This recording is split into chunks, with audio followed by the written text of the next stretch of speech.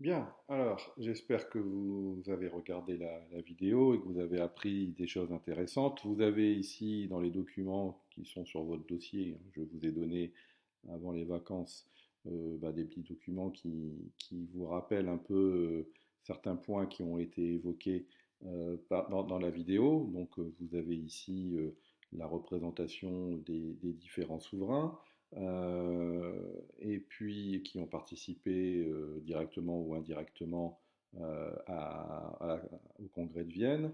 Vous avez ici la carte qui vous montre la manière dont est redessinée l'Europe, hein, et on voit clairement que l'Empire de Russie, hein, par ses conquêtes là en vert, avance clairement vers l'Europe de l'Ouest, hein. Et puis on vous a expliqué, hein, dans la vidéo qu'un des objectifs de ce congrès de Vienne, hein, c'est important, c'était vraiment de cerner la France. Ça ne se voit pas trop sur la carte, mais hein, le commentateur vous l'a clairement expliqué, hein. C'est par les pays qui ont fait alliance contre Napoléon, hein, c'est de voilà d'encadrer la France par l'Angleterre au nord, les Pays-Bas ici, la Prusse et la Russie qui encadre à l'est, hein, l'Italie, l'Espagne, pour lesquelles on a réinstauré des monarchies, euh, donc au sud-est et au sud.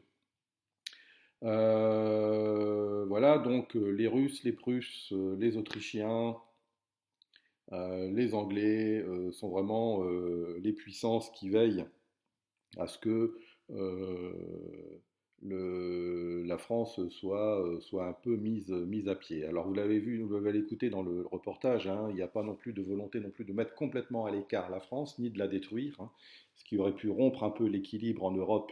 On est conscient quand même que la France, bah, avec de nouveau un roi à sa place, peut jouer de nouveau un rôle, mais cette fois-ci d'allié avec les rois, puisqu'on remet une monarchie, parce qu'on se méfie quand même, hein, de cet empire russe qui voilà, avance ses pions, hein, notamment en Pologne, hein, on ne peut pas dire qu'elle l'annexe, mais en tout cas elle l'intègre dans sa zone de domination, hein. Et on se méfie un peu de ce tsar qui a manifestement des envies de venir un peu plus vers l'ouest. Donc la France, on ne la met pas totalement hors jeu non plus. C'est ce qui sauve un peu la France, hein.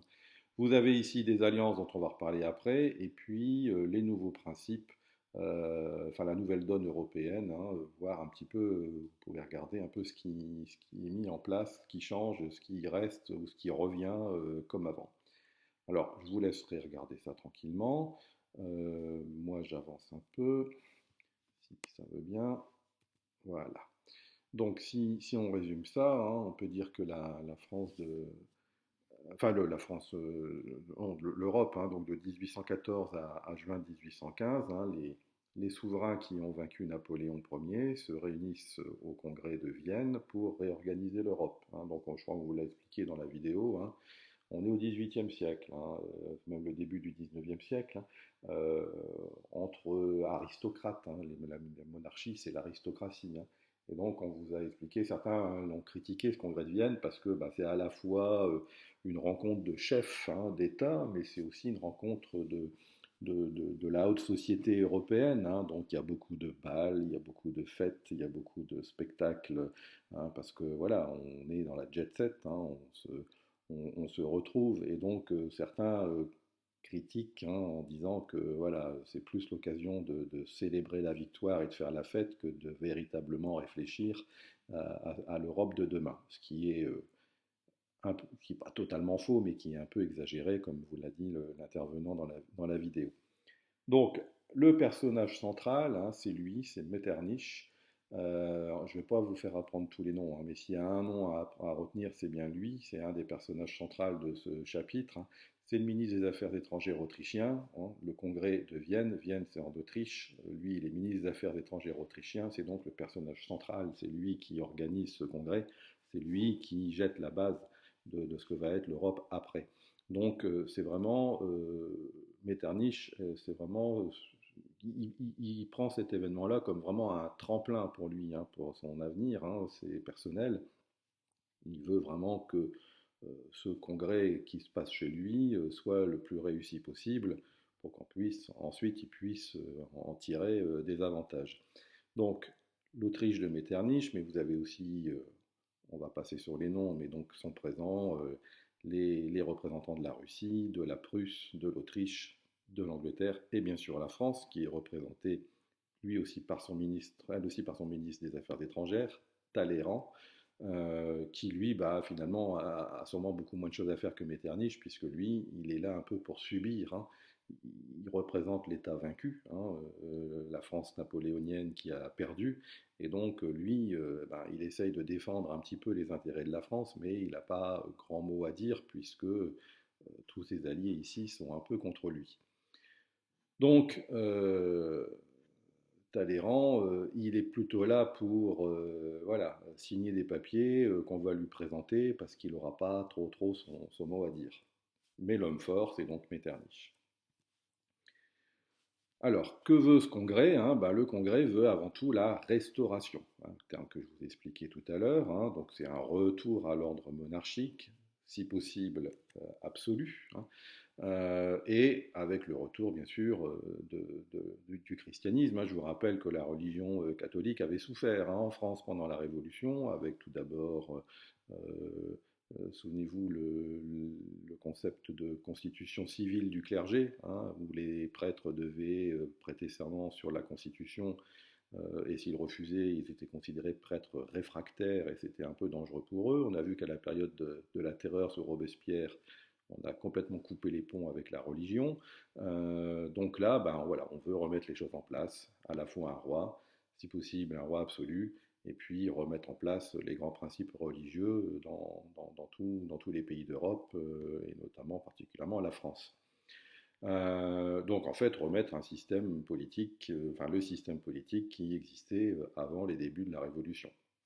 Donc on reprend les mêmes, hein, on prend les mêmes et on recommence. Hein, on remet la famille royale, donc les Bourbons, hein, puisque Louis XIV, Louis XV, Louis XVI, c'était des Bourbons, sont remis sur le trône en France avec donc Louis XVIII. On met un membre de la famille Bourbon aussi, hein, donc un cousin ou un neveu, je ne sais plus, en Espagne avec Ferdinand VII. Hein, et puis, comme vous l'avez vu sur les tableaux ici, hein, enfin sur les textes ici, la Sainte Alliance, la Quadruple Alliance, on met en place, on active des alliances militaires qui vont veiller hein, à ce que ces principes qu'on vient de voir juste avant soient respectés, auquel cas ces alliances auraient le droit d'entrer en guerre contre les pays qui ne respecteraient pas ces principes. La Sainte Alliance, donc trois pays hein, qui s'associent, Autriche, Russie et Prusse, qui sera remplacée assez rapidement par la Quadruple Alliance, puisqu'à ces trois pays s'associe aussi donc le Royaume-Uni. Alors, la carte hein, d'Europe, vous l'avez sur une page précédente. Hein, si on résume les grands axes de cette réorganisation qui fait grincer des dents, hein, on l'a vu, mais voilà, c'est des négociations, c'est des compromis. Donc le problème d'un compromis, c'est que souvent, jamais personne n'est vraiment totalement content.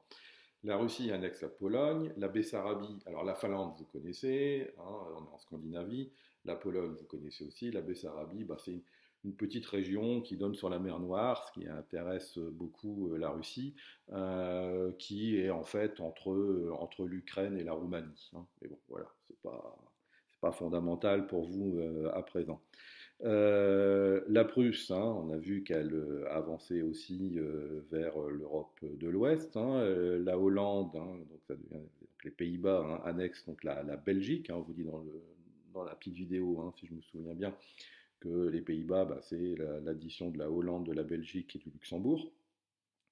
Et puis le Piémont-Sardaigne, bah, c'est voilà, une province italienne. Hein, dans le nord de l'Italie, qui annexe, donc, qui s'empare de Nice et de la Savoie, qui appartenait à la France. Donc, vous voyez, la Savoie a été, jusqu'à pas si longtemps que ça, un territoire italien, Nice également. Alors, la question qu'il faut se poser, c'est que, voilà, on a vu, hein, on a jeté les bases de tout ce qui permettait de revenir à ce qui se passait avant la Révolution. Est-ce que finalement cette restauration de l'ordre ancien a réussi? Là, je vous laisserai y réfléchir, hein, et vous avez déjà un élément de réponse ici. En 1814, en France, Louis XVIII accepte une charte constitutionnelle. Donc déjà, à vous de réfléchir 2 secondes à cette phrase et à me dire plus tard, quand on se reverra en visio, si dans cette phrase, vous avez déjà un élément de réponse. Est-ce qu'on revient totalement à l'ordre ancien ou est-ce que c'est peut-être pas si simple que ça?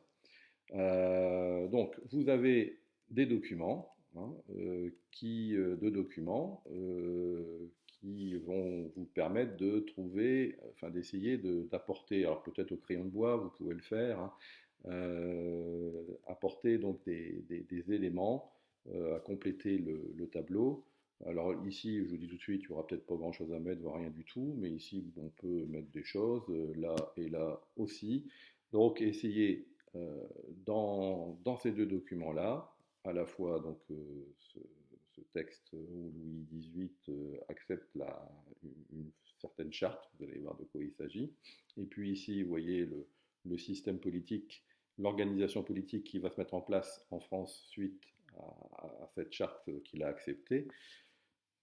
À vous de voir si voilà, on efface tout et on recommence, ou finalement il y a quand même des restes de la Révolution qui sont indélébiles et qu'on ne peut plus, sur lesquels on ne peut plus faire marche arrière.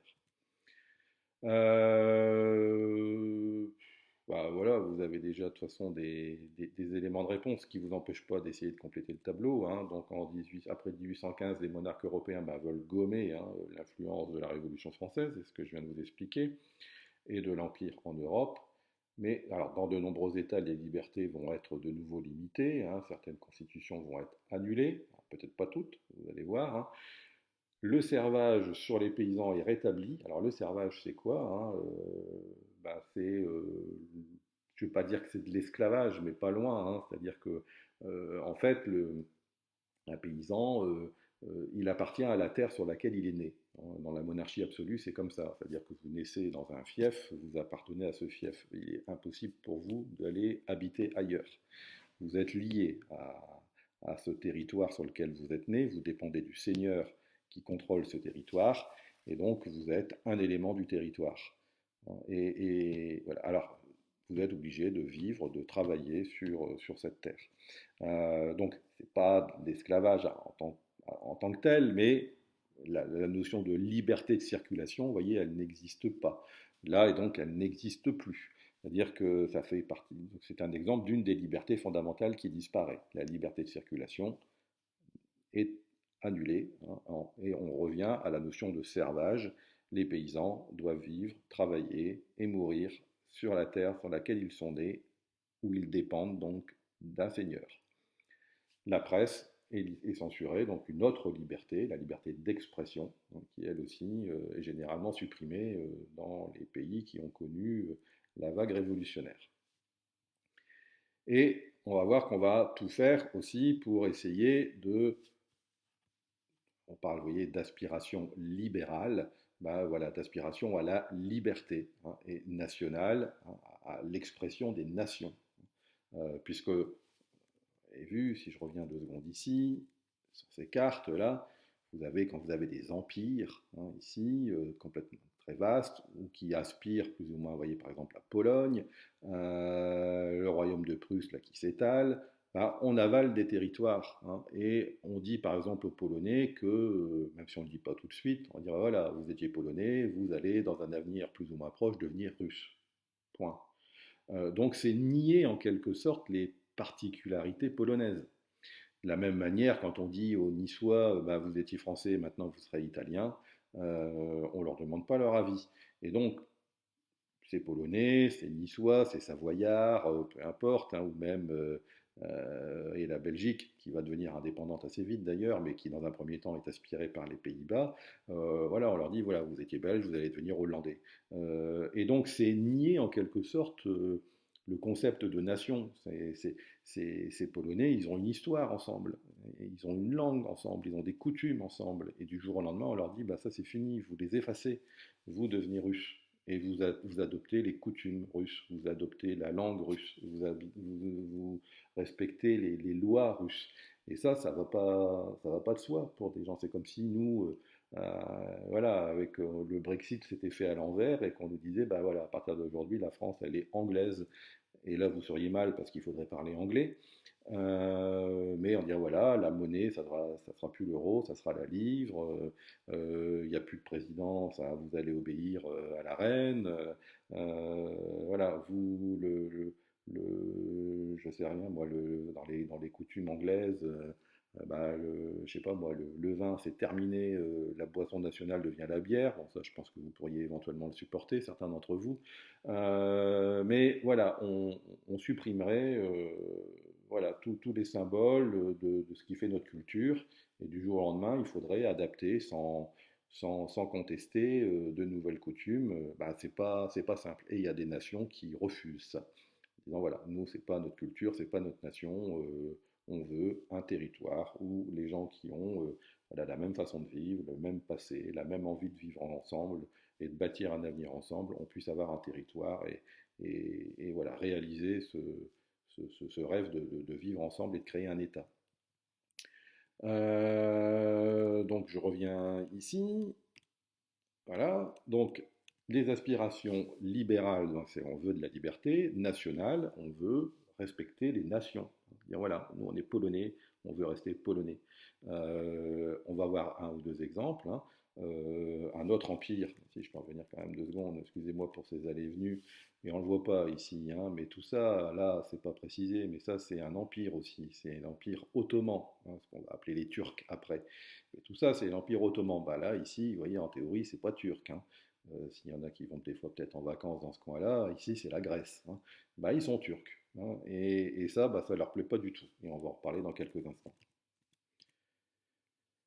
Donc, dès 1815, l'ordre établi par le Congrès de Vienne est contesté, hein, car les grandes puissances, Russie, Autriche, etc., se partagent des territoires gigantesques, mais ils ne se sont pas véritablement souciés des particularités nationales des peuples qui y vivent, hein, c'est ce que je viens de vous expliquer. Les populations militent alors pour leur unité nationale, c'est-à-dire un peuple, une nation, un territoire, un État. Hein, c'est-à-dire, voilà, c'est pas difficile, un peuple, hein, voilà, des gens qui vivent ensemble, une nation qui ont les mêmes coutumes, qui ont une langue commune, qui ont voilà, un passé commun, qui ont eu une envie de bâtir un avenir ensemble, soit sur le même territoire, hein, donc ce peuple qui veut constituer une nation vive sur ce même territoire pour qu'il puisse ensuite ben voilà, créer des règles, des lois, etc., qui va constituer un État, mettre en place des chefs, des représentants, des ministres, etc., comme ils veulent. Ça peut être un roi, ça peut être un président, peu importe, mais une organisation. Donc un peuple qui constitue une nation, qui puisse vivre sur un territoire et s'organiser comme ils l'entendent pour créer un État.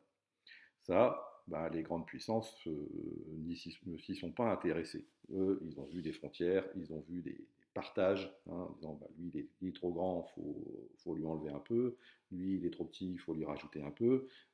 Et voilà, on fait ça autour d'une table, avec un verre de cognac à la main, en fumant un gros cigare, et puis on redessine des frontières. Mais c'est pas forcément, ça correspond pas forcément au désir des gens qui y vivent.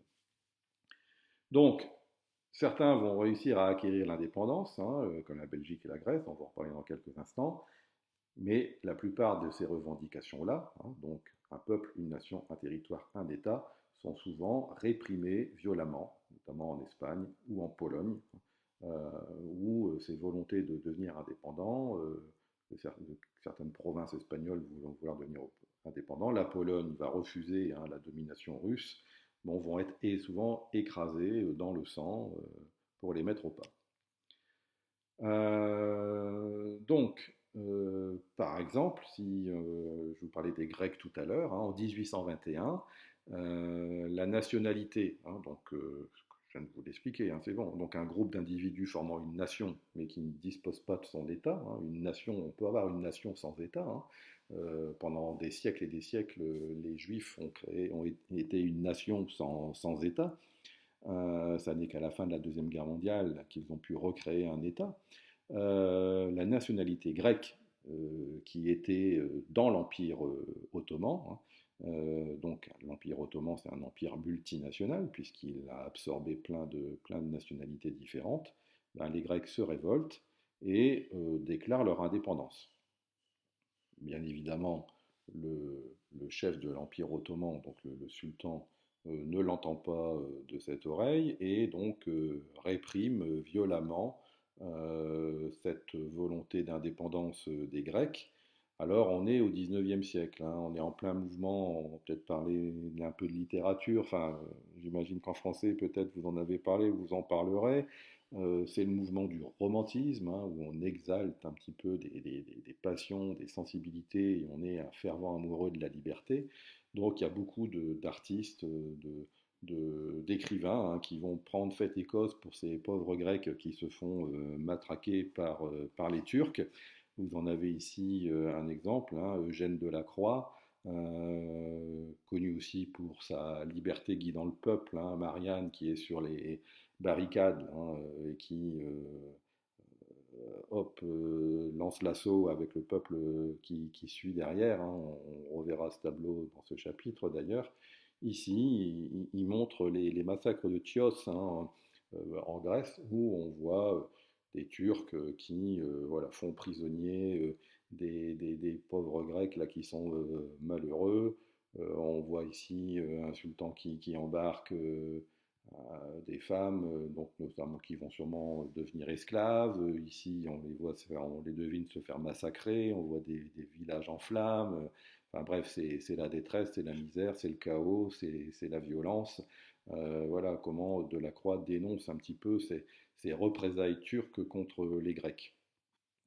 Donc voilà, vous voyez, 23 000 Grecs ont été massacrés, 50 000 ont été vendus comme esclaves, et donc ça a suscité bien évidemment une protestation en Europe, même les monarchies qui voulaient, je vous dis, hein, ne voulaient plus trop entendre parler de liberté, de droit des peuples à disposer d'eux-mêmes, ne peuvent pas ne pas s'offusquer devant de tels massacres, hein, et donc une coalition de pays européens, et les Français y seront acceptés, hein, décident de soutenir les Grecs, parce que je vous rappelle que ben, les Grecs sont des chrétiens, donc il y a la dimension religieuse qui apparaît aussi, hein, ce sont des chrétiens, contre des musulmans, hein, les Turcs, et donc ben, finalement ils arriveront à vaincre l'Empire ottoman, et le sultan devra se résoudre à accorder l'indépendance à la Grèce en 1830. Donc voilà, ça c'est un exemple qui se finit bien, mais qui a été particulièrement violent. Et puis on arrêtera là pour aujourd'hui. Donc je vous souhaite, bah, j'espère que c'est à peu près clair, n'hésitez pas à m'écrire s'il y a des choses à revoir, essayez de compléter le tableau, de réfléchir un petit peu à ce qui se passe en France concernant Louis XVIII et sa fameuse charte.